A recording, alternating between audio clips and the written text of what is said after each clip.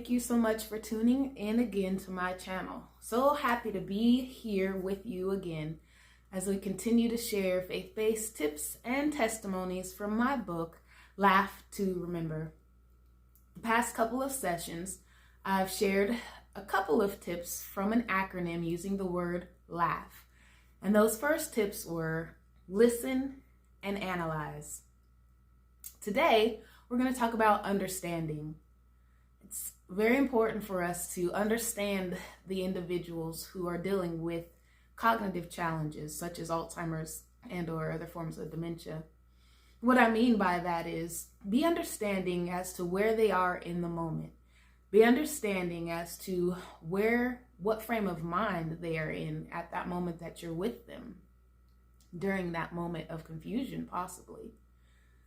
I heard a phrase used saying it's better to tango than to tangle. That means to go with the flow of the situation. There's many instances where individuals with Alzheimer's can be in a whole nother year. While we're here in 2022, in the mind of some of those overcoming challenges, they could be in 1954, where they were a stay-at-home mother or had a full-time job at a bank or a farmer, whatever their occupation is. And they could be bringing what that experience was back then. They could be having a moment of confusion here in 2022. And it's important for us to understand and go with the flow with where they're at in that frame of mind. So during those times, ask them questions. Ask them to share with you stories or what exactly they're experiencing at the moment. Go with the flow. As long as they're not hurting themselves or hurting others, putting themselves in danger or you as the caregiver in danger at that immediate moment, begin to talk to them and draw out stories from them. There could be some wisdom and things that you can learn in that instance. There was a situation where I had a gentleman who was a retired U.S. Navy pilot. And he was in a senior living community that I worked in. And this was what we call a secure senior living community because everyone who lived there had some type of dementia. And with that, there needed to be secure doors for their safety and well-being while they were residing there. Because individuals with Alzheimer's, other related forms of dementia, have had a tendency to wander and to exit seek. So with that, you've got to have that kind of security in place for them. There's lots of space for them to walk and to get around inside, and sometimes outside with secure gated fences as well.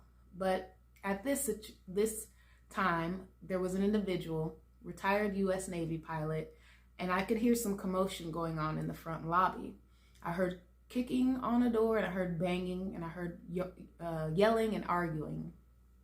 And so I knew something was up, and I knew that I would need to go out and help address the situation.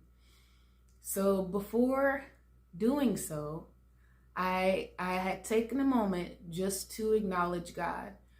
And this learning to go with the flow kind of works in a twofold way. Yeah, you go with the flow of the individual you're providing care for at the time, but then there's also the flow of the Holy Spirit. There's always a flow for us to tap into, to know what to do and to know how to do it. So at that moment, I needed wisdom from God to know what to do and how to do it in this situation. And so it's important to take time, just acknowledge God, whether you just lift in your hand saying, Lord, you help me in this situation, or just wherever you're at, even if you to yourself, just think to yourself, Lord, I need some wisdom on this situation. Not sure exactly what's going on, but I know you do. And I ask that you help me address this. And so the answer may not come right in that second that you ask, but because you took the time to acknowledge God, once you begin to address the situation and find out information, God will get you that answer, get you that direction right when you need it. So in this example, I had walked up to the gentleman who has had challenges with Alzheimer's, and then there was 2 aides that were helping him. Now, mind you, the aides were, telling him, you can't go out here, and we need you to stay in here. It's a good idea for you to stay in here so that you don't get hot and dehydrated, because it was summertime and it was pretty hot at that time. So I let the aides know that I would like to help in the situation, kind of step in, and I asked them to kind of go ahead and take care of a couple other residents who needed some assistance. Because if you start to crowd in on an individual, then they can become very defensive, and that can lead them to not just be verbally, but become physically combative, to where they may want to swing at you or lash out at you. So for the safety of the staff who I was working with at the time, and for that resident, I just asked them to kind of step back and go ahead and work on some other things. But I let them know at the same time that I was going to go ahead and go outside with him and go for a walk. I was going to go with the flow. He was, I asked him, what is it, sir, that you are wanting to do? And he said, I want to get out of here. I feel like a caged animal and I want to get out. And so at that moment, I validated and acknowledged his feelings and what he was going through at that moment. And you could tell he was ready to go. He had a bag in one hand, his coat in another hand, and he had a picture from his late wife, a painting that his late wife had done in his hand. So you could tell he was ready to leave. He took those things that were important to him. So I informed the rest of the team that I was going to go on a walk with him. And part of informing them was so that there would be another set of eyes on us from a distance. It's just wisdom to do such things, because if a situation were to get out of hand and you would need to have to call on the police or that type of situation, people will know where you are and know how to provide backup help. But in this instance, the gentleman and I began to walk outside. And as we were walking outside, he began looking around, searching the parking lot. And I asked him, Mr. So-and-so, what is it exactly that you're looking for? And he said, what does it look like? I'm looking for my car so that I can go home. And so in my head, I just told him, okay. And in my head, or most people would think, well, you haven't driven in 40 some years. You no longer have a car, and your license expired way back when. Now, it wasn't my place to say that to him, because in doing so, that just adds fuel to the fire. That's not going with the flow of the situation. So as he continued to just look, I just began to ask him questions about, well, what kind of car was it? What kind of car did you have? That way he began talking, and it was starting to get his mind off of what we were doing. And once we got to talking, and once I got to asking him more questions, and we're walking, mind you, and it's hot outside. It was about 15 minutes that have passed. I could tell he was, starting to get tired. And at one point he just stopped where we were and looked up at the sky. And he began to acknowledge how beautiful and how clear the sky was at that time. It was beautiful, clear sky, no clear blue sky, no clouds in the way. And he started to talk about his time as a U.S. Navy pilot and how he would love to fly planes when it was like that, when it was beautiful and clear, and how that was some of the best times to fly, when he was not only doing it as a Navy pilot, but also as a hobby of his as well.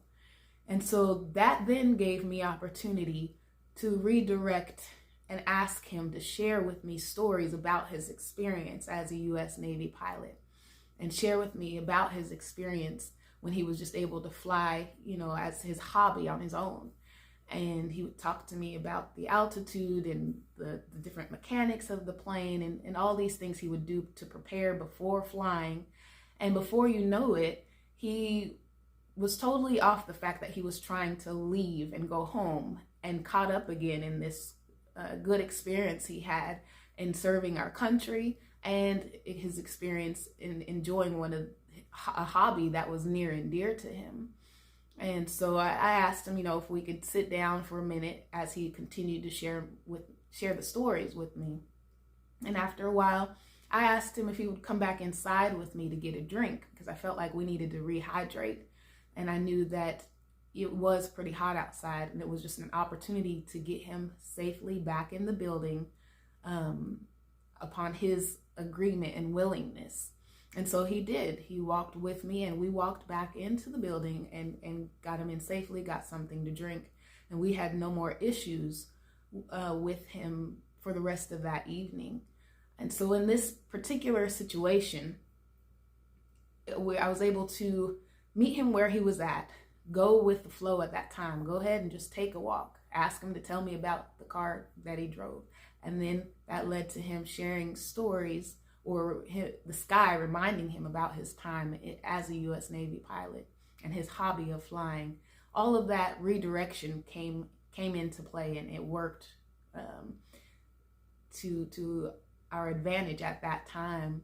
And so with all that being said, it's important to validate the feelings of the individuals during those situations and moments of confusion like that, and go with the flow as long as they are not putting themselves or others in danger's way or in harm's way.